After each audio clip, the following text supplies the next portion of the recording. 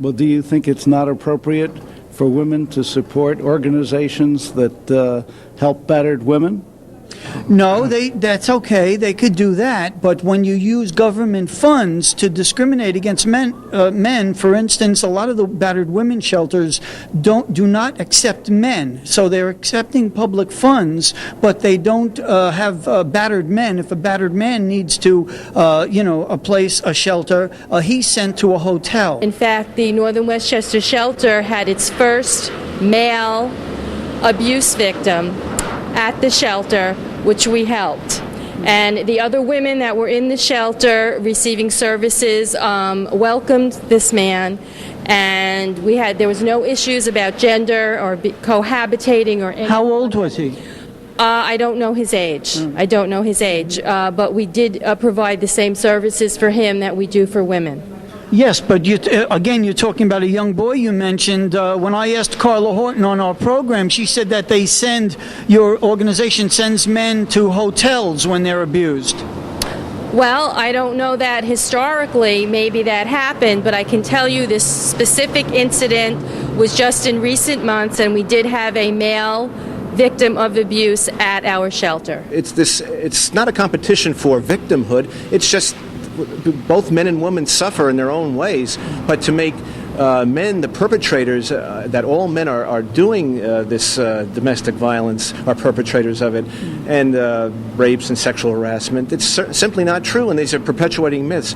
But I just hope someday that somebody can write a powerful piece for men, but again, men suffer in silence and on the battlefront as we speak now. Yeah, but Roy, if it was just a play that a playwright wrote, certainly you could maybe admire the creativity of the person, but what's so sinister about this is that women's advocacy organizations are behind a lot of this stuff that's going on in the media now. And the reason there aren't any plays about men and the hardships they have is because there aren't men's advocacy groups.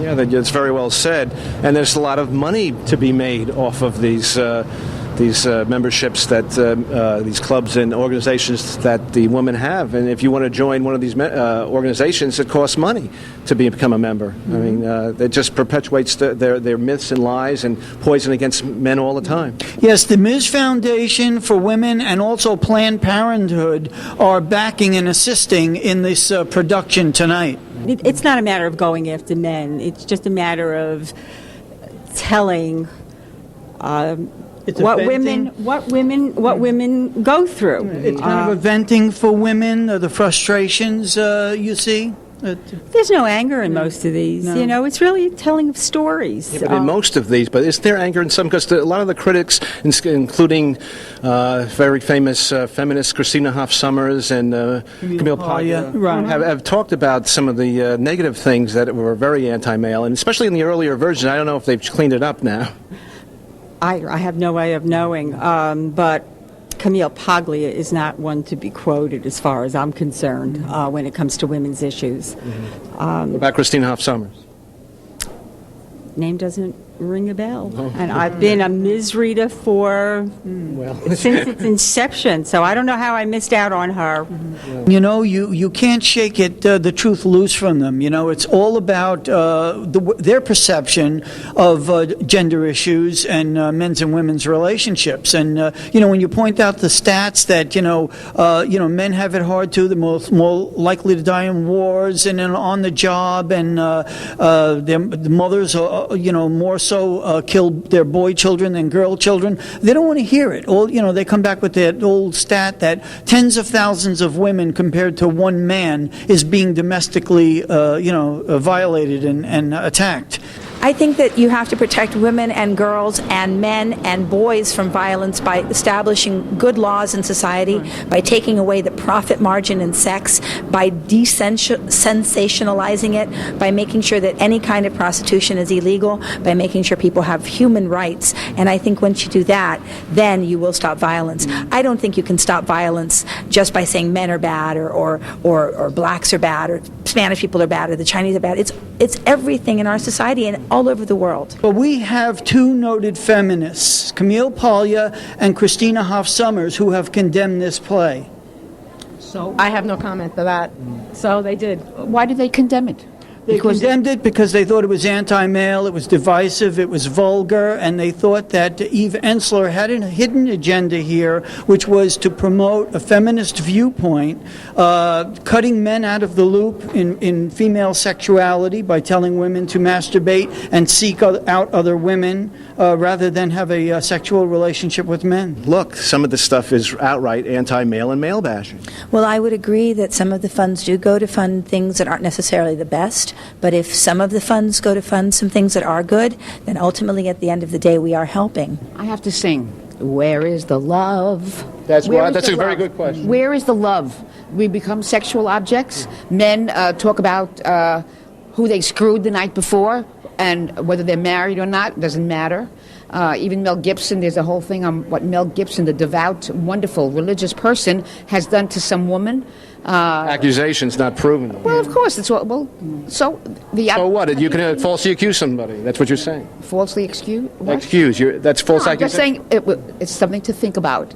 And Tony, I think a lot of it's peer pressure. I think some of the women seeing this who object to some of the things in the play, they don't have the guts to speak out to their fellow women or men to say, this is wrong. This is, you're talking about my son, my husband. All men aren't like this. That's right. It's very PC, politically correct, to go along with the feminist agenda of depicting men as bad and women as good. And, it's sad because I think the play does harm. I think it's destructive overall to men's and women's relationships. Well, the good thing is that I think only up to 300 people attended tonight. It wasn't like when we were here last time for Gloria Steinem and Billie Jean King. They had almost a sellout of 1,500. So down to 300. I think a lot of women do realize, thank God, that this isn't not for the average woman. It's just for the hardcore radical feminist. How many battered men are there? Well, there's not as many as women because men are physically stronger, I'll grant you that. However, the men that are battered are too ashamed to come forward because they're usually told by the police, what's the matter, you couldn't handle your wife? Well, if it's a problem, it should be dealt with, but not in a battered woman's shelter. Carla Horton is one of your fellow performers. She's been on our show, and she's making money off of this. Carla is from the Northern Westchester shelter, so this and some of the funds are going to that organization. And we've asked her what happens to men who come to you that are battered, and she says they send them to a hotel. So you see how it's totally one-sided. I completely agree that men are absolutely vilified in our society. I completely agree that it's male bashing to some degree, but if you watch the show, you would see that 95% of the monologues do not bash men. 95% of the monologues don't even mention men. Actually, my favorite monologue is about a woman who never would have sex with the lights on because she thought her vagina was ugly until a man told her it was beautiful and helped her find her way to happiness. And so I think one has to take the show at its own merits. It's not all good, but it's certainly not all bad. Well, Tony, we've certainly had a very interesting evening here at Purchase College, talking to people going to see the Vagina Monologues. That's right. We got a lot of interviews from men and women going in to see the Vagina Monologues here on V-Day, which used to stand for Vagina Day, and now they've changed it to Violence Against Women Day. Wasn't that really Victory Day for the Allied troops? Well, yeah, I mean, exactly. they're taking a male holiday, or actually an American holiday, and turning it into a woman's holiday with using the same initial. Yeah. And in fact, here's the playbill. I don't know if you can get that. It says, look in the small print there, it says Vagina Monologues, and then below that you would think the name of the play was V-Day, Until the Violence Stops.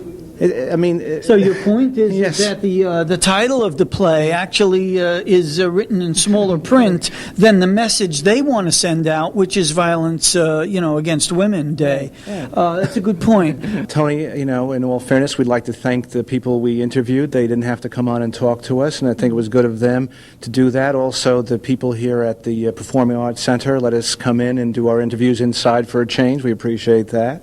Yeah, it certainly helped. It was inclement weather outside, and normally we do our interviews outside, but this was a lot more comfortable, and it was also comfortable for our interviewees. Mm-hmm. Anyway, again, from Purchase College, for Tony and I and MensNet and our director, who's done a great job, and our other crew here, We thank you for watching MensNet, and we'll see you next time. Take care. Who died on the battlefields? Who dies 8 years earlier because of a biological or sociological reasons? Men. I mean, there's a lot of downsides. But he wouldn't want to hear that, nor his wife. Or in that movie that we saw, The Passion of Christ, it wasn't a female that died on the cross for all mankind.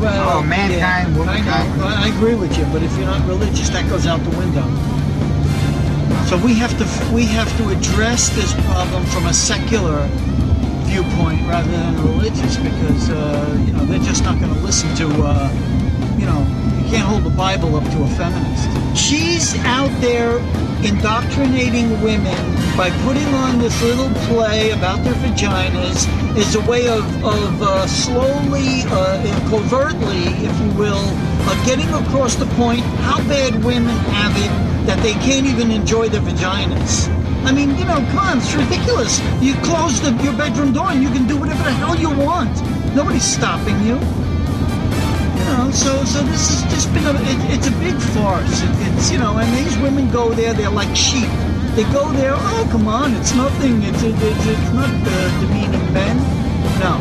Women having sex by themselves. In Christina Hoff Sommers pointed out, in one of the places, don't forget this play keeps evolving, keeps changing, because they have different people, and I've read up on it. They've gone from one person, Eve Ensler, doing the play, to 41 people tonight reading parts. Mm-hmm. And a couple of the parts, one talked about statutory rape, where a woman brags about having a 13 or 14-year-old girl and teaching her about her vagina and how to play with it. George Silos had a very interesting point about the Twin Towers, us being attacked by the Muslim population because we were forcing our culture down their throats. I mean, do they have the right to defend their culture from being, their people from being indoctrinated with our culture?